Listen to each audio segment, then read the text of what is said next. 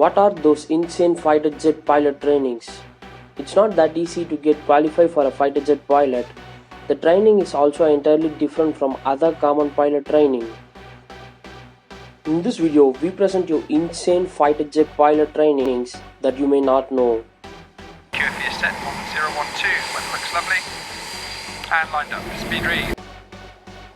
A fighter pilot is a military aviator trained to engage in air-to-air and air-to-ground combat. Gears up, lights out, now level 40,000 feet, we are clear, unrestricted descent. A fighter pilot may undergo specialized training in aerial warfare and close-range aerial combat. They are one of the most highly regarded and desirable positions of any air force. Fighter pilots undergo strict physical examination even after they qualify as a fighter jet pilot.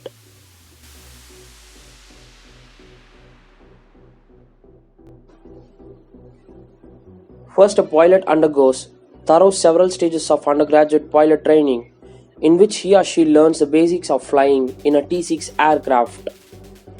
Then the aspiring fighter pilot moves on to specialized introduction to fighter fundamentals, where they fly the T-38 jet trainer.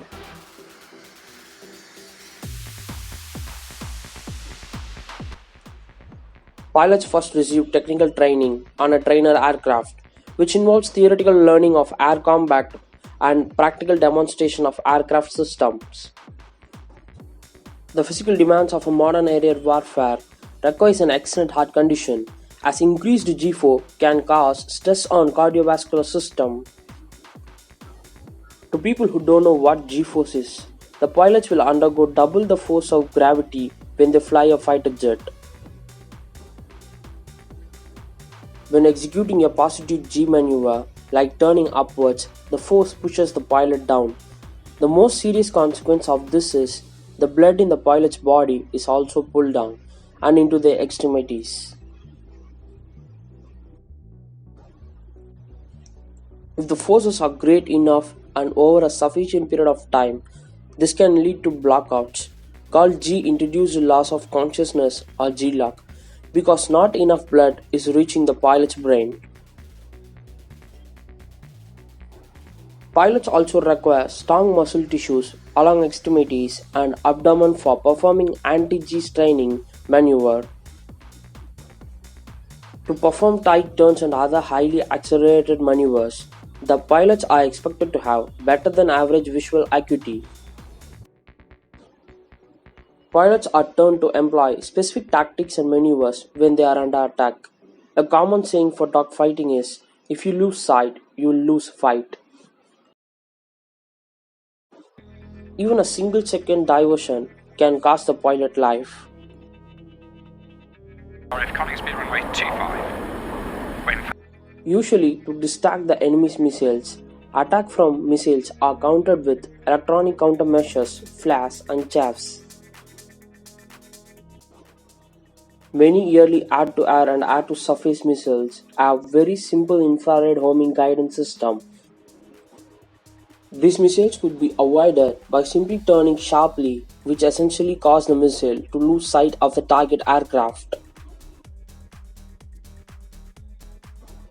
Another tactic was to exploit a missile's limited range by performing evasive maneuvers until the missile had run out of fuel.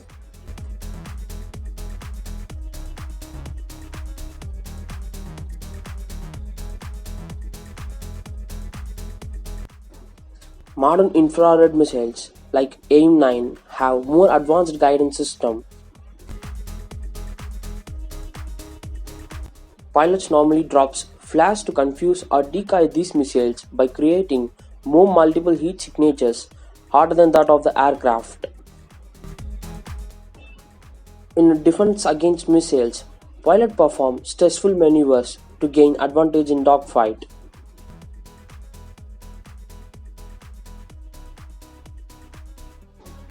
Dogfight at 1 to 4 miles is considered close. Pilots need to be in a good shape in order to handle high G-forces caused by this aerial combat. The pilot flexes his legs and toes to keep blood from draining out of his head.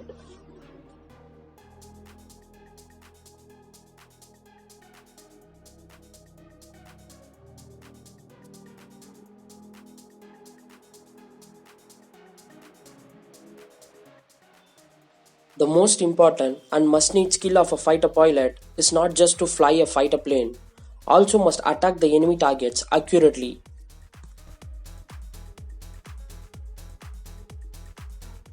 Pilots are allowed into the warfield only after passing the accuracy test.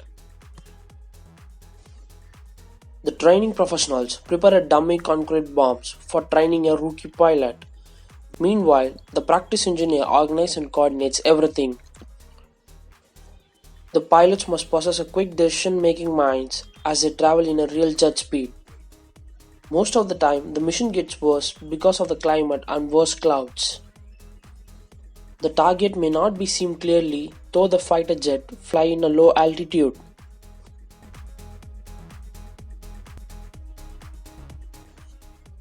Every time before touching a trigger, the pilot must ensure if the missile attacks the target accurately, or else each missile costs $500,000.